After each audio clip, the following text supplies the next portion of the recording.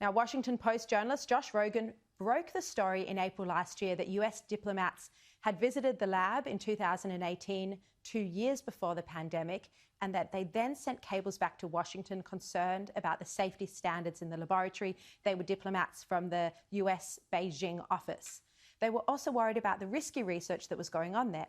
When he broke that story, he was attacked with even his own colleagues at the left-leaning Washington Post rebutting his column where he wrote this by saying that there was no evidence the virus escaped from the lab. Well, Josh Rogin joined me earlier to discuss the cables, the laboratory, and how he thinks the Biden administration will handle China. He's written a book called Chaos Under Heaven about Trump, Xi, and the battle for the 21st century.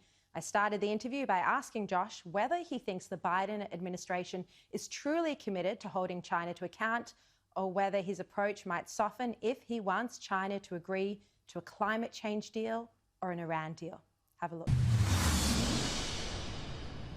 The Chinese leadership was very surprised when Donald Trump got elected, as were we all.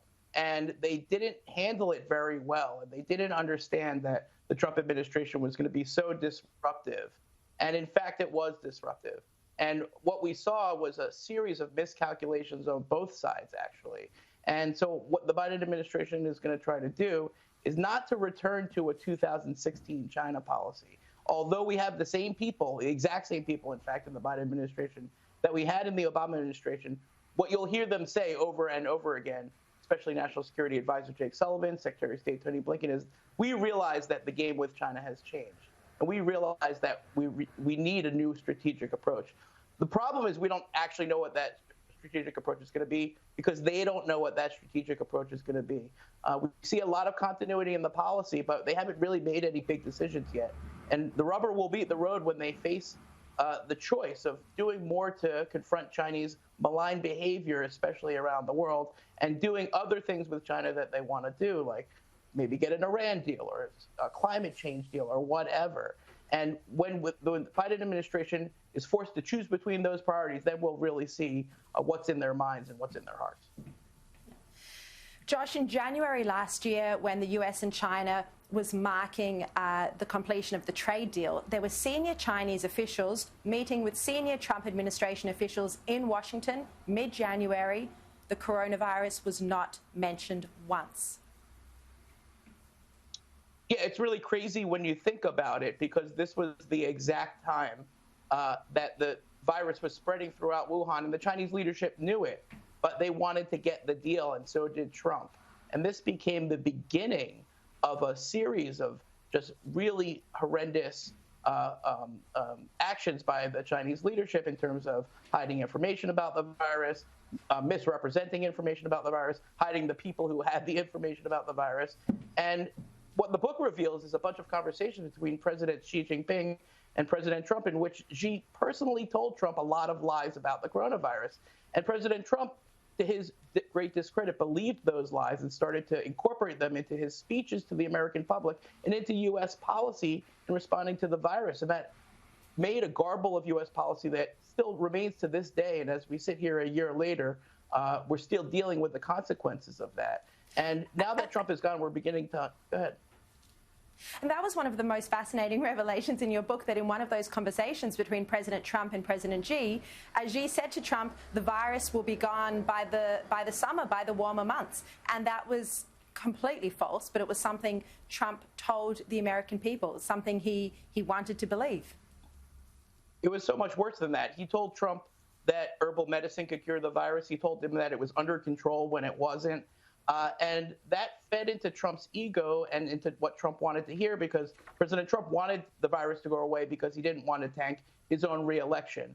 And President Xi became a master at manipulating Trump in that way and telling him things that he wanted to hear that were actually in Beijing's interest and not in our interest. And, you know, once they figured it out, then President Trump was really angry because he realized that he'd been lied to by his good friend, President Xi.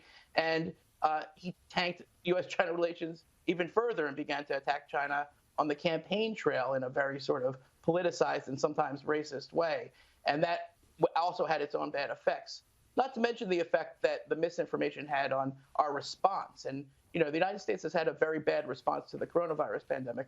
That's partially the Trump administration's fault, but it's partially the Chinese leadership's fault for injecting so much bad information into our system. And it's really something that brought the problems that associated with China's rise to the minds of every American, and I would argue every human in the world. And all of a sudden, we learned that what happens in Beijing doesn't stay in Beijing, and that the Chinese Communist Party's determination to push its political line over the public health of our citizens is something that we can't avoid. And then Xi Jinping, on top of all of that, threatened the United States government to withhold critical aid that we needed, even from our own factories, in exchange for shutting up about their conduct.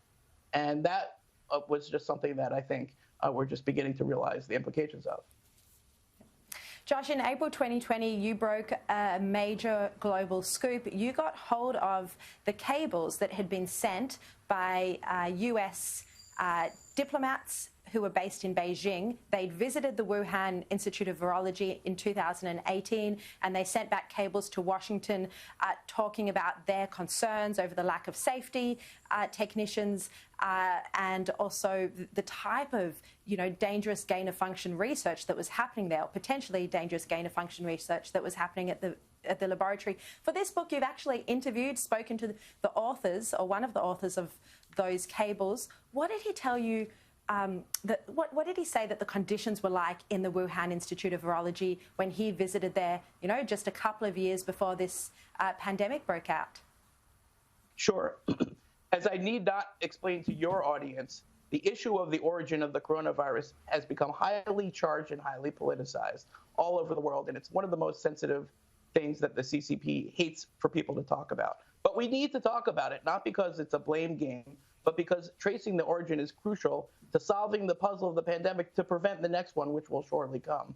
And when I broke that story about the Wuhan cables, warnings from 2018 about the Wuhan Institute of Virology, the world's leading center for bat coronavirus research, 10 miles from where the outbreak occurred, it became very politically charged, and everyone retreated to their corners. But after a year has gone by now, we've learned a lot more. I learned from the cable writers that they were actually trying to warn of a SARS-like coronavirus getting out of that lab. They basically called it. And, that doesn't mean the lab is guilty. It doesn't mean the lab's not guilty. It means that there was evidence that there was some risk there. And then the Biden administration actually this week confirmed some of the Trump administration's information about the lab, namely that there were sick researchers there with COVID-like symptoms in November 2019, and that they were hiding some of their research, including some of their gain-of-function research on bat coronaviruses. So no longer can we look at this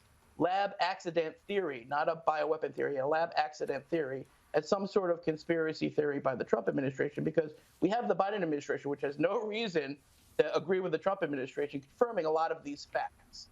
And all that means is that we need more investigation.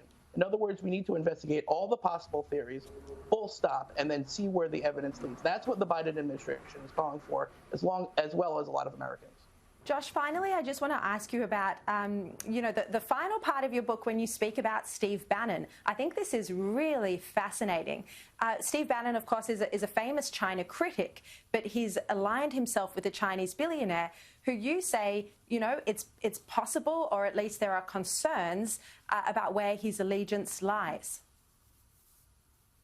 Well, that's right. Steve Bannon is a controversial figure. He was in the White House for 8 months. He steered a lot of the early China policy, or at least attempted to.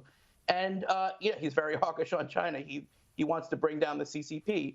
I don't think that should be the goal of U.S. policy. I don't think it's something that we could do if we wanted to do, and I don't think it's something we should do. But suffice to say, Steve Bannon made common cause with a Chinese billionaire named Miles Kwok, or Guo Wengwai. And this Chinese billionaire lives in New York and spends a lot of money in the Chinese dissident community. And it became very obvious to a lot of people in the United States and in Australia, by the way, and in New Zealand, that Guo Wengwai, Miles Kwok, was using this money to harass this Chinese dissidents. And that is an indication that he was working not on behalf of bringing down the CCP altogether, but perhaps working in the advance of the interests of some in China. Maybe it's not the leadership, maybe it's someone else who has an interest in harassing and silencing genuine dissidents. So that's a complicated story. It just means that Chinese politics and American politics are getting mixed up with a lot of money in a lot of crazy ways that we don't really understand. Again, I think this is something Australians kind of understand very well, but in America, it's very new and it's very troubling, frankly. Yeah. Josh Rogin, thank you so much for your time. You really are one of the world leading journalists on this topic, on China-US foreign policy, and also your reporting on the coronavirus has been brilliant, and I'm so grateful you made the time to come on the show. Thank you very much. Thank you so much for having me.